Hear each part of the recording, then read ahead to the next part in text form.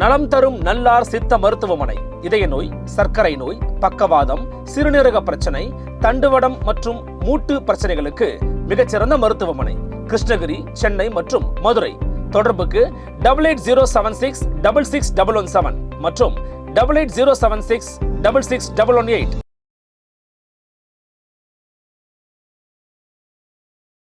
அதாவது ஒரு கட்சியாக இருந்தாலும் சரி, இல்லை ஒரு கம்பெனியாக இருந்தாலும் சரி, எல்லாத்துக்குமே ஒரு விஷன், மிஷன், ஆக்ஷன் பிளான் இருக்குது. இது ஜெனரலாக தெரிஞ்ச ஒன்றுது. இப்போ எங்கள் கட்சியுடைய விஷன் என்னவென்றால், கடைசி மனிதனுக்கும் ஜனநாயகம், எளிய மக்களுக்கும் அதிகாரம். இதுதான் எங்களுடைய விஷன். அப்போ அந்த விஷனை நம்ம நடைமுறைப்படுத்தணும்னா சில மிஷன் தேவையில்லை. அதுதான் கடைசி இது, அதாவது ஆட்சியிலும் பங்கு, அதிகாரத்திலும் பங்கு. அதுக்கு என்ன ஆக்ஷன் பிளான் அப்படின்னா, அடங்கமறு, அத்துமீறு, திமிரியறு, திருப்பியது. இப்போ எங்களுடைய பொதுச் செயலாளர் என்ன சொல்கிறாருன்னா, நாங்கள் இப்போ அதிகாரத்தில் பங்கு கேட்க மாட்டோம். ஆனால் அதே நேரத்தில் அடுத்தது கேட்கல. அதே நேரத்தில் நாங்கள் டபுள் டிஜிட்டில் நாங்கள் சீட்டு கேட்போம். நாங்கள் அதிகமான ஒரு சீட்டில் நாங்கள் ஜெயிக்கும் பொழுது, அப்போ அந்த காலகட்டத்தில் கூட ஆட்சியிலும் பங்கு, அதிகாரத்திலும் பங்குன்னு ஒரு யதார்த்தமாக கூட வரலாம். இதே எங்கள் தலைவர் சில ஆண்டுகளுக்கு முன்னாடி நீ கவனமாக பார்த்தீங்கன்னா கேட்பாங்க இதே கேள்வியை. இந்த ஆட்சியில் பங்கு, அதிகாரத்தின் பங்கு எப்போங்க வரப்போகுது அப்படின்றத கேட்கும்பொழுது அவர் என்ன சொல்கிறாருன்னா, அவங்க கொடுக்கறதில்லை. அரசியல் அதிகாரம் பொது சொத்து, அதை அனைவருக்கும் பகிர்ந்தாலும் ஜனநாயகம். ஜனநாயகம் தான் சொல்கிறோம். ஜனநாயகம்னா என்ன? அதிகாரத்தை பகிர்ந்து கொடுக்கணும். ஆனால் அவங்க கொடுக்கல. இப்போ நீங்கள் அவங்கள்ட்ட தான் போய் கேட்கணும், ஏங்க நீ அதிகாரத்தை பகிர்ந்து கொடுக்காம நீங்களே வச்சுருக்கீங்கன்னு. நாங்கள் கேட்குற பொசிஷனில் தான் இருக்கிறோம். ஆனால் இது இப்படியே போகாது. 2031 ஒருவேளை நாங்கள் அதிகாரத்தை பகிர்ந்து கொடுப்போம். எங்களுடைய தலைமையிலேயே, எங்கள் தலைவர் தலைமையிலேயே நாங்களே ஒரு கூட்டணியை உருவாக்கலாம். கட்சி ஒரு தலித் கட்சி தான் எங்கள் தலைவர். ஆனால் நாங்கள் தலித் அல்லாத சமுதாயத்துக்கு போராடுறோம்ல. அதுக்கு எடுத்துக்காட்டுன்னு ஒன்று சொல்லட்டோம்னா, கொஞ்ச நாளைக்கு முன்னாடி இந்த எம்பிசி, பிசி பெண்மகள்களில் ஆண்மகள்லாம் படிக்கிறதுக்கு, டாக்டர் படிக்கிறதுக்கு அந்த கவர்மெண்ட் கோட்டா இருக்குது பார்த்தீங்கன்னா, சென்ட்ரல் கவர்மெண்ட் கோட்டா, அது இல்லாமல் இருந்துச்சு. நாங்கள் தானே பார்லிமெண்ட்டில் பேசி அதையும் வாங்கி கொடுக்குறோம். இது மாதிரி பல வேலைகள் நாங்கள் தலித்து அல்லாதவருக்கு செய்து கொண்டு இருக்கிறோம், இலங்கைக்கு செய்து கொண்டு இருக்கிறோம். அப்போ நாங்கள் ஒரு பொதுத் தலைவராக வளர்ந்து கொண்டு வர்றோம். அப்போ நாங்கள் 2031 உறுதியாக எங்கள் தலைமையில் ஆட்சி அதிகாரத்தை நோக்கி நாங்கள் பயணிப்போம். ஆணூர் ஷானவாசு சட்டமன்றத்தில் பேசின ரெக்கார்டு இருக்குல்ல, ஆணவ படுகொலை தடுப்பதற்கு தனிச்சட்டத்தை உருவாக்கணும். ஆனால் இன்னும் உருவாக்கவே இல்லை. ஆணையத்தை தான் உருவாக்கி இருக்கிறாங்க. இன்னொரு தலித் இல்லை, அவர் நான் தலித். அதிருப்தினால இப்போ நான் பேசிக்கிறேன். அதிருப்தி இல்லாமல் இருக்குது. எங்கள் கட்சி ஆரம்பிச்சது திமுக முதல்வராக்கணுன்றது எங்கள் கட்சி ஆரம்பிக்கிறது. திமுகவுக்குன்னு ஒரு கொள்கை இருக்குது, கோட்பாடு இருக்குது, ஒரு தலைவன் இருக்கேன், ஒரு கொள்கை இருக்குது. எங்கள் கட்சிக்கு இருக்குதா?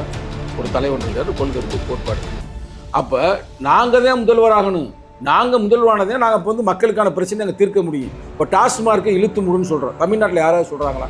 நீ சொல்லுங்கள். தமிழ்நாட்டில் விடுதலை சிறுத்தைகளை தவிர யாராவது டாஸ்மார்க் இழுத்து மூடுவோம்னு போராட்டம் நடத்துகிறாங்களா? மாநாடு நடத்துகிறாங்களா? நாங்கள் தானே பண்ணிக்கிட்டு இருக்கிறோம், கூட்டணி இருந்தாலும் செய்கிறோம்ல. ஆனால் அவங்க செய்கிறதில்ல. அப்போ நாங்களே ஆட்சி அதிகாரத்தில் போனோம்னா மக்களுக்கு அந்த பிரச்சனை தீர்க்க முடியும்ல. ஆனால் ஏன் நாங்கள் போகலை அப்படின்னா, இன்னமும் நாங்கள் எல்லா மக்களையும் வென்றெடுக்கலை. இதை முடிச்சுக்கிறேன். எல்லா மக்களையும் இல்லை, பேருக்குன்னு சொல்கிறவன் ஏதாவது பிடிக்காத தற்கூரின்னு சொல்லுவாங்க. அப்படிலாம் இல்லை. 2026 நல்ல சீட்டு கேட்போம். டபுள் டிஜிட் நாங்கள் சட்டமன்றத்துக்கு உள்ளே போவோம். இதில் மாற்றுக்கிறதே இல்லை. நீ அப்போ அவங்க பேட்டி கேளுங்க. இப்போ 6 சீட்டு தானே கொடுத்தாங்க. அதில் நாங்கள் காம்ப்ரமைஸே இல்லை. நாங்கள் எப்படி இருந்தாலும் குறைந்தது நாங்கள் எத்தனை சீட்டு கேட்போம்னா, நாங்கள் நல்லா எழுதி வச்சுக்கோங்க வெள்ளை பேப்பரில். கேட்குற எத்தனை சீட்டு இருந்தால் டபுள் டிஜிட்டு. அதே மாதிரி டபுள் டிஜிட் நாங்கள் உள்ளே போவோம். அப்போ தான் இந்த மக்களுக்கான பிரச்சனையை தீர்க்க முடியும். இப்போ 4 பேர்னால ஒன்றும் பண்ண முடியல. இதே நாங்கள் ஒரு 12 எம்எல்ஏ இருக்கிறோம்னா ஒரு பெரிய ஒரு தாக்கத்தை உருவாக்க முடியும். அது மக்களுக்காகத்தான், வேறு ஒன்றுமே இல்லை. ஆனால் 2031 எங்கள் தலைமையிலேயே நீ சொன்ன ஆட்சியிலும் பங்கு, அதிகாரத்திலும் பங்கு நாங்கள் பகிர்ந்து கொடுப்போம். நீ பொறுத்திருந்து பாருங்க. விசிகால இருக்கக்கூடிய நிர்வாகிகள், தொண்டர்கள், இளைஞரணி செயலாளர், இந்த மாதிரி எல்லாரும் சீட்டுகள் எங்களுக்கு அதிகம் வேணும், ஆட்சியில் பங்கு வேணும் அப்படின்னு சொன்னீங்கன்னா, ஆனால் திருமாவளவர்கள் அதில் சமரசம் பண்ணுற மாதிரி தான் இருக்கு. எங்கள் தலைவர் எப்பயுமே சமரசம் இல்லை. தாய் சிறுத்தை எதை வழியை காட்டுதோ அதைத்தான் குட்டி சிறுத்தை தான் போவோம். சரிங்களா?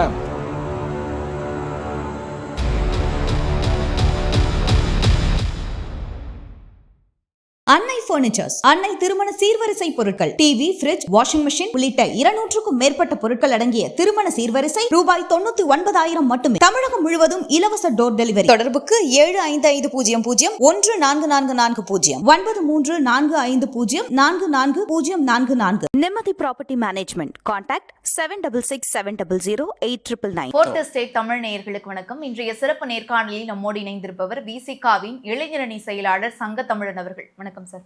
வணக்கம்மா. எப்படி இருக்கீங்க? நல்லா இருக்கிறேன். இப்போ விசிகாவினுடைய பொதுச் செயலாளர் மற்றும் நாடாளுமன்ற உறுப்பினர் ரவிக்குமார் அவர்கள் விசிகா கட்சிக்கு ஒரு முழக்கமாக சொல்லப்படுது என்னன்னா, ஆட்சியில் பங்கு அதிகாரத்தில் பங்கு அப்படின்ற அந்த கோரிக்கையை தற்போது நாங்கள் இந்த சட்டமன்ற தேர்தலில் கோரிக்கையாக வைக்க போறதில்லை அப்படின்னு சொல்லியிருக்காரு. அடுத்து திருமாவளவன் அவர்களும் அதே தான் சொல்றாரு. தடாலடியாக விசிகா தடை மாறுவதற்கு என்ன காரணம் சார்? அதாவது ஒரு கட்சியாக இருந்தாலும் சரி, இல்லை ஒரு கம்பெனியாக இருந்தாலும் சரி, எல்லாத்துக்குமே ஒரு விஷன், மிஷன், ஆக்ஷன் பிளான் இருக்கும். இது ஜெனரலாக தெரிஞ்ச ஒன்று தான். இப்போ எங்கள் கட்சியுடைய விஷன் என்னவென்றால், கடைசி மனிதனுக்கும் ஜனநாயகம், எளிய மக்களுக்கும் அதிகாரம். இதுதான் எங்களுடைய விஷன். அப்போ அந்த விஷனை நம்ம நடைமுறைப்படுத்தணும்னா சில மிஷன் தேவையில்லை. அதுதான் கடைசி இது, அதாவது ஆட்சியிலும் பங்கு அதிகாரத்திலும் பங்கு அப்படின்ற மாதிரி. அதுக்கு என்ன ஆக்ஷன் பிளான் அப்படின்னா, அடங்கமறு, அத்துமீறு, திமிரியலு, திருப்பியடி. இப்போ எங்களுடைய பொதுச் செயலாளர் என்ன சொல்கிறாருன்னா, நாங்கள் இப்போ அதிகாரத்தில் பங்கு கேட்க மாட்டோம். ஆனால் அதே நேரத்தில் அடுத்த நீ கேட்கல, அதே நேரத்தில் நாங்கள் டபுள் டிஜிட்டில் நாங்கள் சீட்டு கேட்போம். அதை அவங்க கொடுப்பாங்க. அதையும் சொன்னார்ல அவர். எங்கள் தலைவரும் அதே தான் வலியுறுத்துக்கிறார், இரட்டை இலக்கு சீட்டுக்கள்.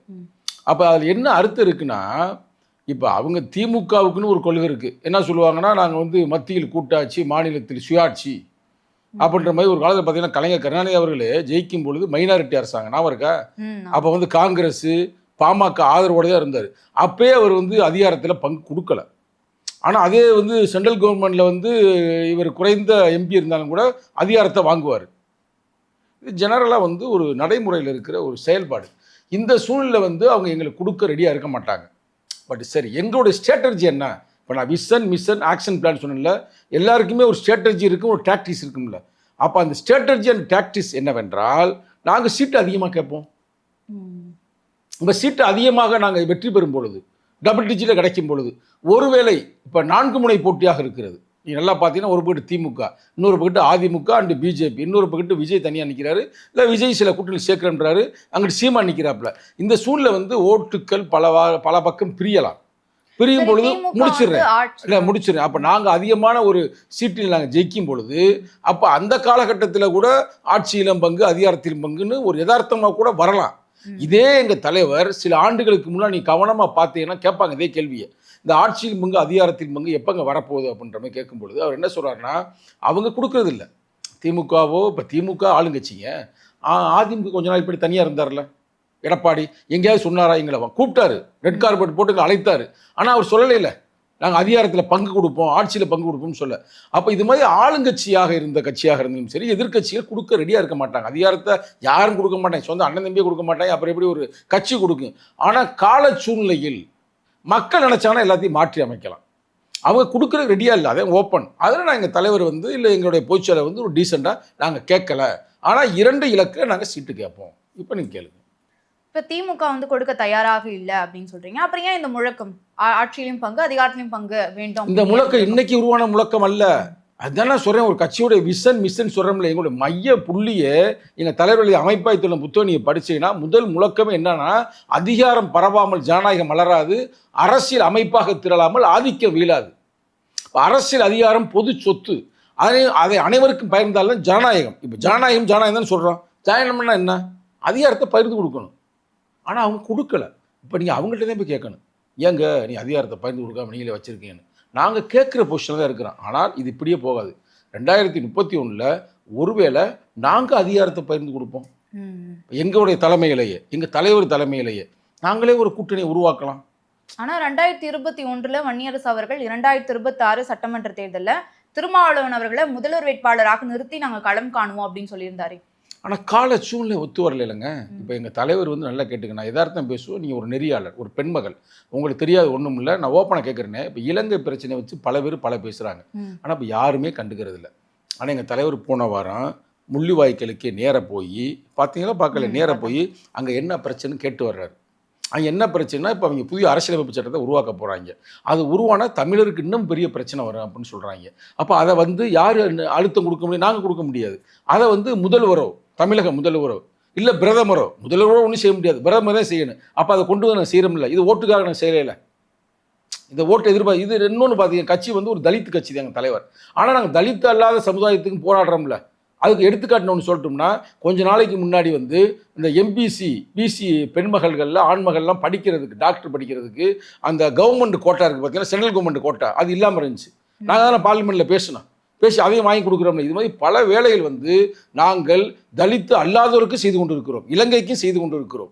அப்போ நாங்கள் ஒரு பொதுத் தலைவராக வளர்ந்து கொண்டு வர்றோம். அப்போ 2021 வன்னியர் சொன்னது உண்மைதான், நான் மறுக்க நானே சொல்லியிருக்கிறேன்.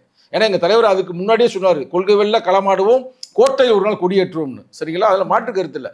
ஆனால் இப்போ இருக்கிற சூழ்நிலைகள் அப்படி அமையலை. சூழ்நிலையை ஒத்து ஒரு அரசியல் பண்ணுவோம் தான் உண்மையான ஒரு அரசியல்வாதி, ஒரு அரசியல் தலைவன்.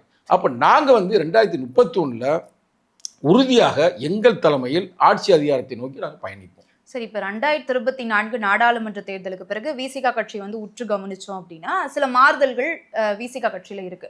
குறிப்பா பார்த்தோம் அப்படின்னா ஆம்ஸ்ட்ராங் கொலை வழக்குல முதல்வர் மு க ஸ்டாலின் அவர்கள் சம்பந்தப்பட்டவர்களை இரவோடு இரவாக காவல்துறையினை கைது செய்துட்டாங்க அப்படின்னு ஒரு பதிவு ட்விட்டர்ல போடுறாரு.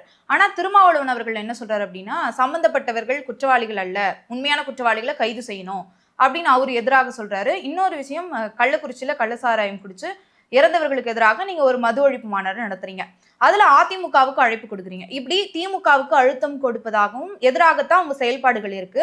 அந்த காலகட்டத்துல இப்போது வர, அதாவது இந்த முழக்கம் வந்து நாங்க வைக்கல அப்படின்றதுக்கு வர திமுகவிடம் எங்களுக்கு ஆட்சியில பங்கு வேணும் அப்படின்னு தான் கேட்டு இருந்தீங்க. இப்போ இது வந்து மாறியதுக்கு தான் காரணம் கேட்குறேன். நாங்கள் எப்பயுமே திமுக ஆட்சியிலும் பங்கு அதிகாரத்திலும் பங்கு கொடுங்கன்னு நான் திமுக கேட்டதில்லை. இதான் யதார்த்தம். நீ வேணா பழைய வரலாறு பூரா எடுத்து பாருங்க. பல வரலாறு நீ நுணுக்கமாக நீங்கள் கேட்குறீங்களா, பழைய வரலாறு எடுத்து பாருங்க. அப்படிலாம் இல்லை. ஆனால் நாங்கள் வந்து உரிமைக்காக போராடுவோம். இப்போ நீங்கள் 2 விஷயத்தை சொன்னீங்க. கள்ளக்குறிச்சியில் கூட ஒரு பெண்மகள் வந்து கொலை செய்யும்போது யார் பேசுனது, யார் போய் களமாடினது? எங்கள் விடுதலை சிறுத்தையில் களமாடினா. ஆணவ படுகொலைகளை வந்து நீங்கள் தடுப்பதற்கு தனிச்சட்டத்தை உருவாக்குங்கள் இப்போ கூட கேட்குற நாங்கள் தானே கேட்குறோம், வேறு யார் கேட்குறா? நாங்கள் தொடர்ந்து போராடுவோம், அதில் எந்த வேணா மாற்று கருத்தும் இல்லை. பட் அவங்க கொடுக்குற பொசிஷனில் அவங்க இல்லை, அந்த மனநிலையில் இல்லை. அப்போ நீ அவங்கள்ட்ட தான் கேட்கணுமே தவிர கேட்குற எங்கிட்ட கேட்கணும். நான் பசின்னு கத்துனேன், அப்போ ஏன்ட்டே வந்து ஏன்டா கத்துறேன்னு கேட்குறேன், ஏன்டா அவன் கொடுக்குன்னு ஏன்டா கேள்வி கேட்குறீங்க? நீங்கள் அவங்கள்ட்ட தான் கேட்கணும். ஏங்க நீங்கள் விடுதலை சிறுத்தைகளுக்கு வந்து ஆணவ படுகொலை தடுப்பதற்கு தனிச்சட்டத்தை ஏன் நீங்கள் உருவாக்கவில்லை? ஏன் வந்து நீங்கள் வந்து இன்னமும் வந்து பெர்க்யூர்மெண்ட் டிபார்ட்மெண்ட்ல தலித்துகள் கட்சியா இருக்கக்கூடிய விசிகா தானே இதுக்கு வந்து அழுத்தம் அதிகமாக? அழுத்தம் நாங்கள் கொடுக்காத அழுத்தம் அல்ல, தொடர்ந்து கொடுத்துக்கொண்டே தான் இருக்கிறோம். ஏங்க எங்கள் கட்சியோட எம்எல்ஏ ஆனூர் ஷானவாஸ் சட்டமன்றத்தில் பேசுகிற ரெக்கார்டு இருக்குல்ல, ஆணவ படுகொலை தடுப்பதற்கு தனிச்சட்டத்தை உருவாக்கணும். ஆனால் இன்னும் உருவாக்கவே இல்லை, ஆணையத்தை தான் உருவாக்கி இருக்கிறாங்க. இன்னொரு வந்து தலித் இல்லை, அவர் நான் தலித். திமுக மீது அதிருப்தி இருக்குன்னு சொல்றேன். அதிருப்தினால இப்போ நான் பேசிக்கிறேன். அதிருப்தி இல்லாமல் எப்படி இருக்கு? எல்லாமே திருப்தியாக தான், பிரச்சனை இல்லை. நாங்கள் சொன்ன எதையுமே அவங்க பெருசாக செயல்பட்டது இல்லை, அதான் யதார்த்தமான உண்மை. இப்போ பாருங்க, எஸ்எஸ் பாலாஜி வந்து அவர் வந்து தலித் அல்ல, வன்னியர். ஆனால் அவர் வந்து என்ன கேட்குறாருன்னா, தலித்துகளுக்கு பெர்க்யூர்மெண்ட் டிபார்ட்மெண்ட்டில் பிடபிள்யூ இருக்குது பார்த்தீங்களா, 5 விழுக்காடு ஒதுக்குங்கன்னு கேட்குறாரு. முதல்வர் ஆமாம் ஒதுக்குறேன்னு சொன்னார். ஆனால் இது வரைக்கும் நடைமுறைக்கு வரலையே. நான் வெள்ளை அறிக்கையை கொடுங்க நான் பேசியிருக்கிறேன் இன்னொரு சேனலில். ஆனால் எங்களுக்கு வந்து மன வருத்தம் இருக்கிறது. ஆனால் இந்த 6 மாத இடைவெளியில் இதெல்லாம் நிச்சயமாக அவர் சரி செய்வார் என்று நாங்கள் நம்புகிறோம். நம்பிக்கை நாங்கள் குறையலை, அந்த நம்பிக்கையோடு இருக்கிறோம். பார்ப்போம், பொறுத்திருந்து பார்ப்போம். இப்போ 1 வருடத்திற்கு முன்பாக திருமாவளவன் அவர்கள் ஒரு ஸ்பீச் கொடுக்குறாரு. கல்வியில நாங்க பின்னாடி இருக்கோம், எதிர்த்து பேசக்கூடாது, ஆட்சியிலையும் பங்கு கேட்கக்கூடாது அப்படின்னு சொல்றாங்க. அப்படியே 3 மாதத்துக்கு முன்னாடி பார்த்தோம் அப்படின்னா, ஏன் நான் முதல்வர் ஆகக்கூடாதா அப்படின்ற மாதிரி கேள்வி கேட்டிருக்காரு. அப்போ முதல்வர் ஆகிறது அப்படின்றது வந்து யார் தடுக்கிறான்னு நினைக்கிறீங்க? அதான் பாருங்க, நல்லா கேட்டுக்கிறீங்க. நீ இவ்வளோ விவரமாக கேட்குறேன், நான் கொஞ்சம் விவரமாக உங்களுக்கு பயிர் சொல்லணும். போகிறப்ப கூட சொல்ல முடியாது. எங்கள் கட்சி ஆரம்பிச்சது வந்து திமுக வந்து முதல்வராக்கணுன்றதுக்காக எங்கள் கட்சி ஆரம்பிக்கலை. திமுகவுக்குன்னு ஒரு கொள்கை இருக்குது, கோட்பாடு இருக்குது, ஒரு தலைவன் இருக்கேன், ஒரு கொடி இருக்குது. எங்கள் கட்சிக்கு இருக்குதா? ஒரு தலைவன் இருக்கார், ஒரு கொள்கை இருக்குது, கோட்பாடு இருக்குது. அப்போ நாங்கள் தான் முதல்வராகணும். நாங்கள் முதல்வரானதே நாங்கள் இப்போ வந்து மக்களுக்கான பிரச்சனை நாங்கள் தீர்க்க முடியும். இப்போ டாஸ்மார்க்கை இழுத்து மூடுன்னு சொல்கிறோம். தமிழ்நாட்டில் யாராவது சொல்கிறாங்களா? நீங்கள் சொல்லுங்கள். தமிழ்நாட்டில் விடுதலை சிறுத்தைகளை தவிர யாராவது டாஸ்மார்க் இழுத்து மூடுவோம்னு போராட்டம் நடத்துகிறாங்களா? மாநாடு நடத்துகிறாங்களா? நாங்கள் தானே பண்ணிக்கிட்டு இருக்கிறோம், கூட்டம் இருந்தாலும் செய்கிறோம்ல. ஆனால் அவங்க செய்கிறதில்ல. அப்போ நாங்களே ஆட்சி அதிகாரத்தில் போனோம்னா மக்களுக்கு அந்த பிரச்சனை தீர்க்க முடியும்ல. ஆனால் ஏன் நாங்கள் போகலை அப்படின்னா, இன்னமும் நாங்கள் எல்லா மக்களையும் வென்றெடுக்கலை. இதை முடிச்சுக்கிறேனே, எல்லா மக்களையும் இல்லை பேருக்குன்னு சொல்கிறவன் ஏதாவது பிடிக்காத தற்கூரியில் சொல்லுவாங்க. அப்படிலாம் இல்லை, நாங்கள் உண்மையாக தான் போராடுறோம், நேர்மையாக தான் போகிறோம். நான் பேசுகிறதுல ஏதோ வந்து சும்மா பேச்சுக்காக பேசுகிறேன்னா அப்படி இல்லை. அதே நாங்கள் ஆனால் நீங்கள் இந்த மாதிரி அழுத்தமாக போராட்டம் பண்ணீங்க அப்படின்னா திமுகவிலேருந்து ஏதாவது வந்து நடவடிக்கை எடுக்கணும் இல்லையா? அதெல்லாம் எடுத்துட்டு இப்போ நாங்கள் எல்லாம் தயாராக தானே இருக்கிறோம். அதில் என்ன பிரச்சனை இருக்குது? அதில் டாஸ்மாக் சம்பந்தமான ஏதாவது ஒரு நடவடிக்கை எடுக்கணும்னு சொல்கிறாங்க. எடுக்கலைங்க இது வரைக்கும். எங்கள் தலைவர் இன்னும் சொல்லிட்டாரு, அதற்கான ஒரு அட்டவணையை வழங்குன்றாரு. என்ன எப்படி எந்த முறையில் நீங்கள் வந்து இது பண்ண போகிறேன்? அவர் எடுக்கிறது இல்லை. அவங்க வந்து இன்னும் சொல்ல போனோம்னா செவிடங்காதில் ஒன்று சங்கு மாதிரி தான் அமைதியாக இருக்கிறாங்க. பட் நான் அதுக்காக நாங்கள் போராடாமல் இருக்க முடியாதுல்ல. நாங்கள் தொடர்ந்து போராடுறோம். ஒருவேளை நாங்கள் போராடாமல் இருந்தால் நீ கேள்வி இல்லை, நீங்கள் போராடலை, நீங்கள் அவங்களோட ஐக்கியம் ஆகிட்டீங்க அப்படின்னா நீங்கள் கேட்குற கேள்வி கரெக்ட். நாங்கள் தொடர்ந்து போராடுவோம். அதுக்கு ஒரே தீர்வு என்னவென்றால் வருகின்ற 2026 நல்ல சீட்டு கேட்போம். டபுள் டிஜிட்டில் நாங்கள் சட்டமன்றத்துக்கு உள்ளே போவோம். இதில் மாற்றுக்கிறதே இல்லை. நீங்கள் வேணும் அப்போ அவங்க பேட்டி கேளுங்க. இப்போ 6 சீட்டு தானே கொடுத்தாங்க.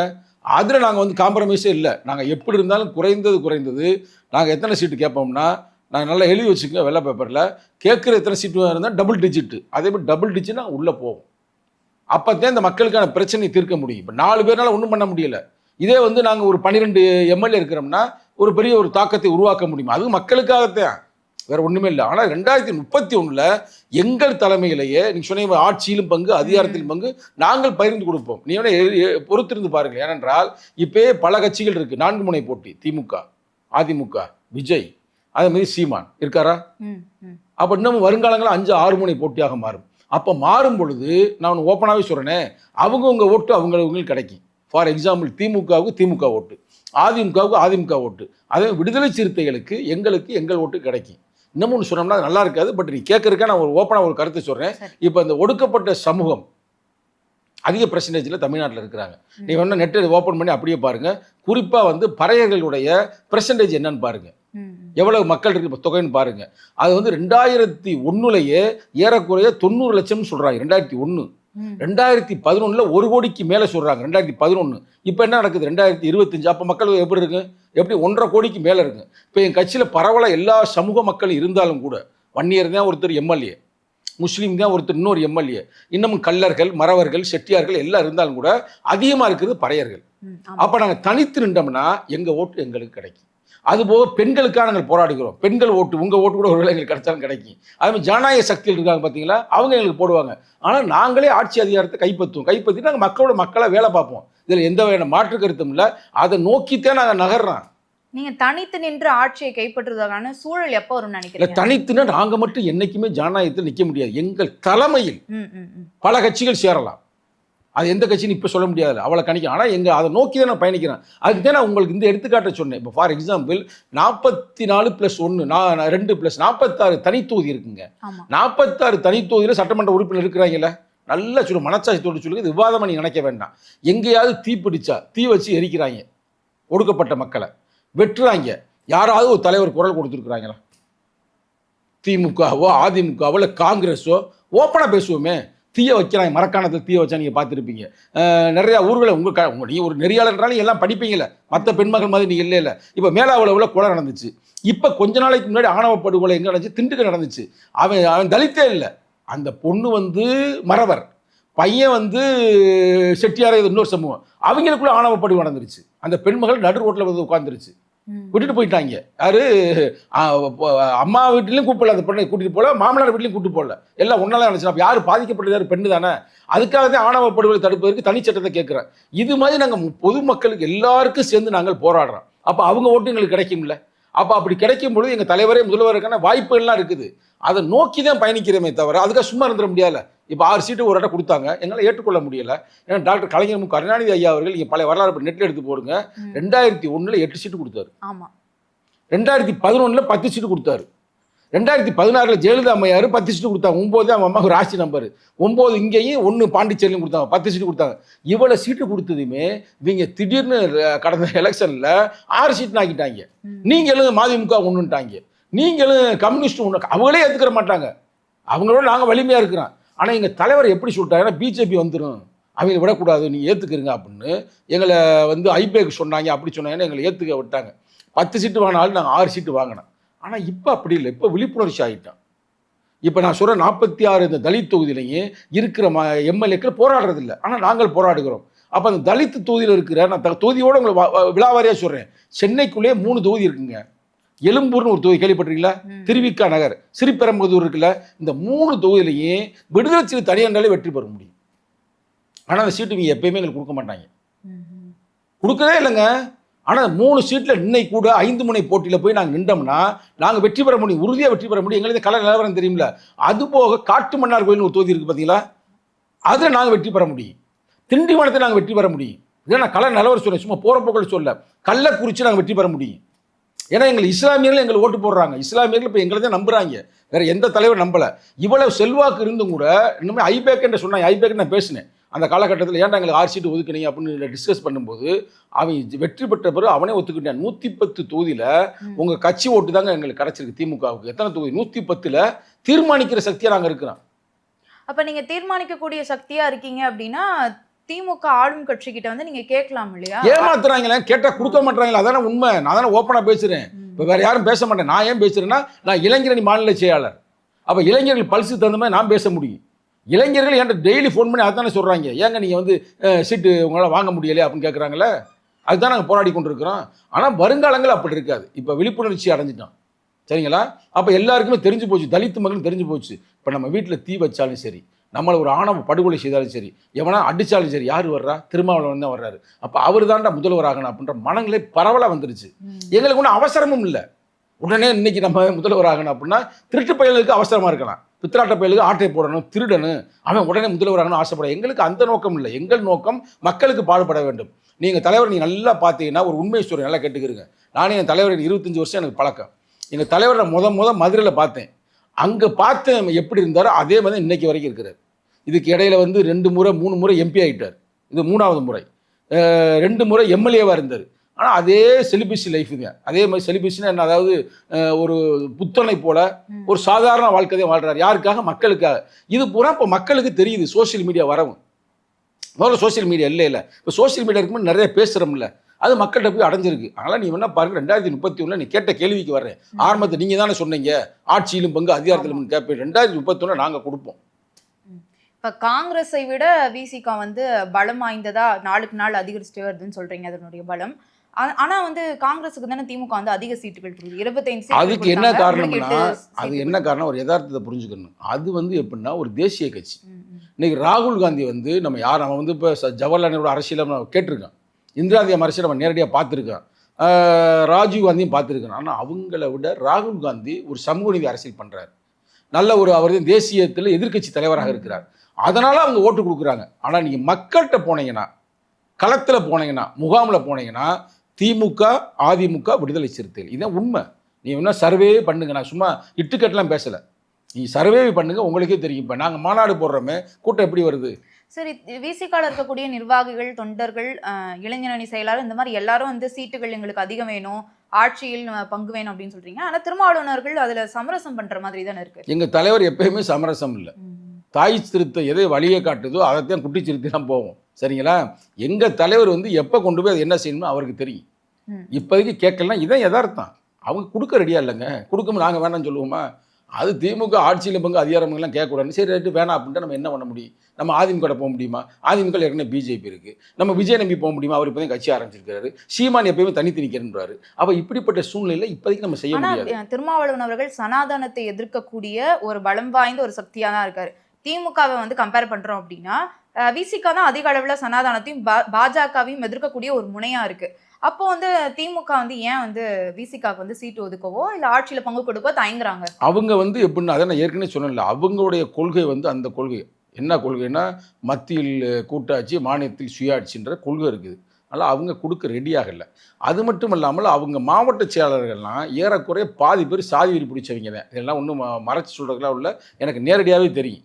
யாராருன்னு இவங்களால் லிஸ்ட்டே சொல்ல முடியும். ஏன்னா அது உலகம் தெரிஞ்ச உண்மைதான். அப்படிப்பட்டவர்கள் தளபதி ஸ்டாலினே விருப்பப்பட்டு, இல்லை ஒருவேளை உதயநிதி ஸ்டாலினை கூட ஒரு நல்ல எண்ணத்தில், உண்மையை நீ சொன்னது நிலவரம்லாம் உண்மைதான், நம்ம விடுதலை சிறுத்தைக்கு ஸ்ட்ராங்காக கொடுக்கணும், அவங்க தான் ஆர்எஸ்எஸ் எதுக்குறாங்க, சனாதானத்தை எதுக்குறாங்க, பிஜேபி கொடுக்க சொன்னாலும் கூட கீழே இருக்கிறது கொடுக்கறது இல்லை. அது எடுத்துக்காட்டே இது. பெர்க்யூர்மெண்ட் டிபார்ட்மெண்ட்டில் 5 விழுக்காடு ஒதுக்க சொன்னதை முதல்வர் சொல்லிட்டாரு. ஆனால் இது வரைக்கும் இம்ப்ளிமெண்டேஷனில் வரலை. அது ஒரு நடைமுறை சிக்கல் இருக்குது. இந்த சமூகமே ஒரு சாதியாக தான் கட்டமைக்கப்பட்டிருக்குது. அந்த பிரச்சனைக்கு இப்போ நீங்கள் ஒரு 4 நாளைக்கு முன்னாடி எங்கள் தலைவர் 4 நாள் 2 நாளைக்கு முன்னாடி ஒரு திரைப்பட நிகழ்வில் அவர் பேசுகிறார்.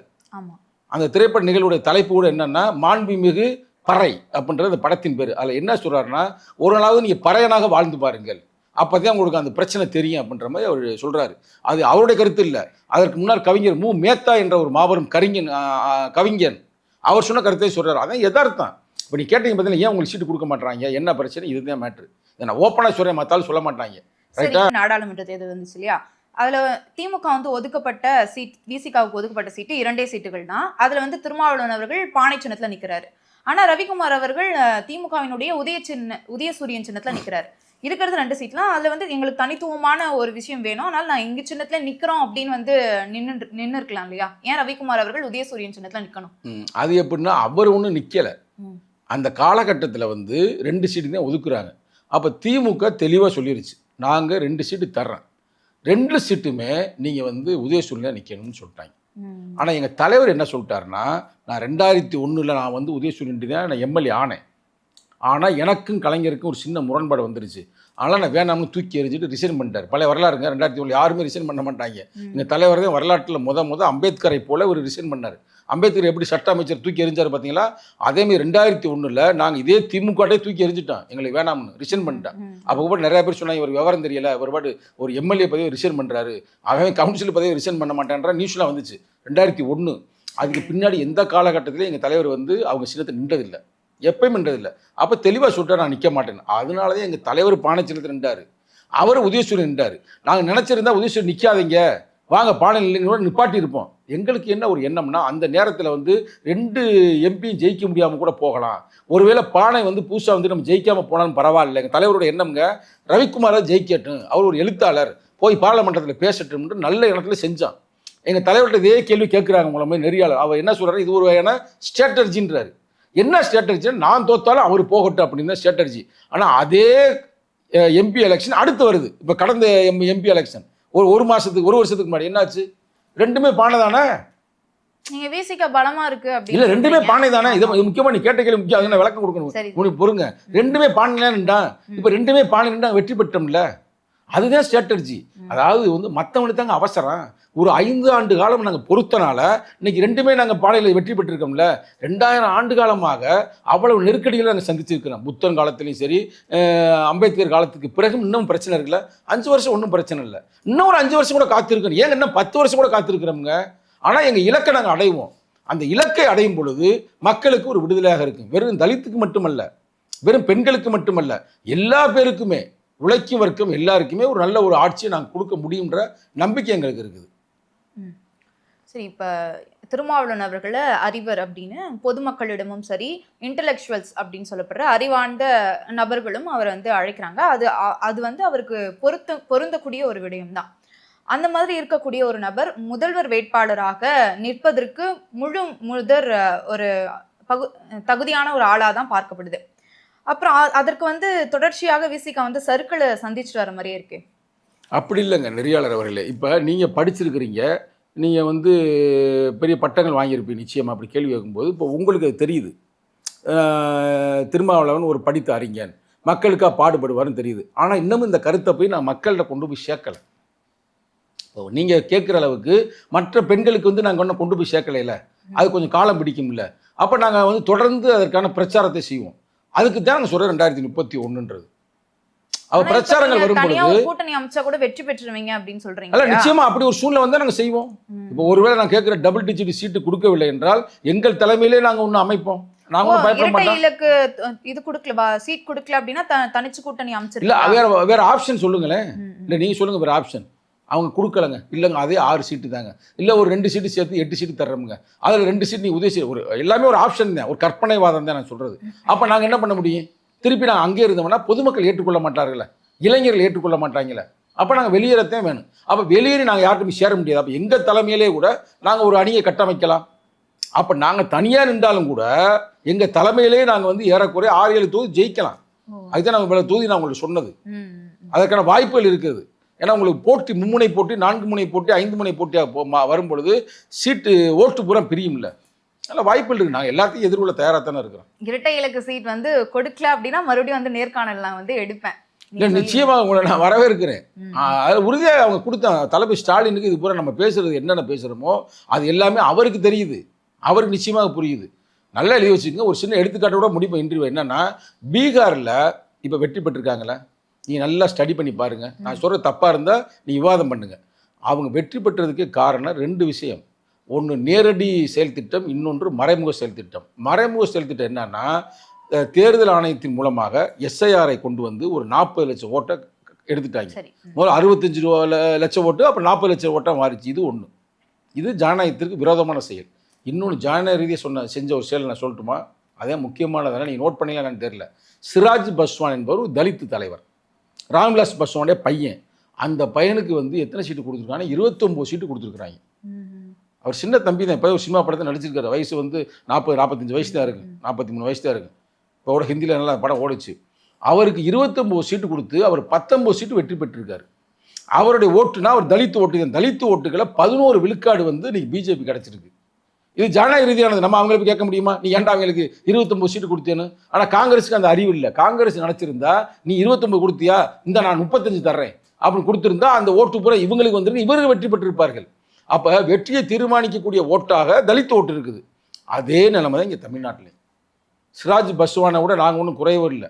நாங்கள் அப்பாட்டே அரசியல் பண்ணாலும் ராம்விலாஸ் பஸ்வான்கிட்ட. அப்போ எங்களுக்கு இவங்க சீட்டை ஒதுக்கணும்ல. இதே லாஜி. ஒரு காலத்தில் தானே கேட்காம இருந்த விடுதலை சிறுத்தைகள் இப்போ கேட்குறாங்களே பயலுங்க. இப்போ இதுவரை ஏன் பேச்சு நினைக்கிறீங்களா? நான் ஒன்றுமே பேசல. ஏன்ட்டு அவளை பேச்சு பேசுகிறாங்க என் கட்சிக்காரங்க. இளைஞரை நீ கூப்பிட்டு ஃபோன் பண்ணி நீங்கள் கேட்குறமே ஏங்க நீ எத்தனை வருஷம் தாங்க அப்படியே இருப்பீங்க?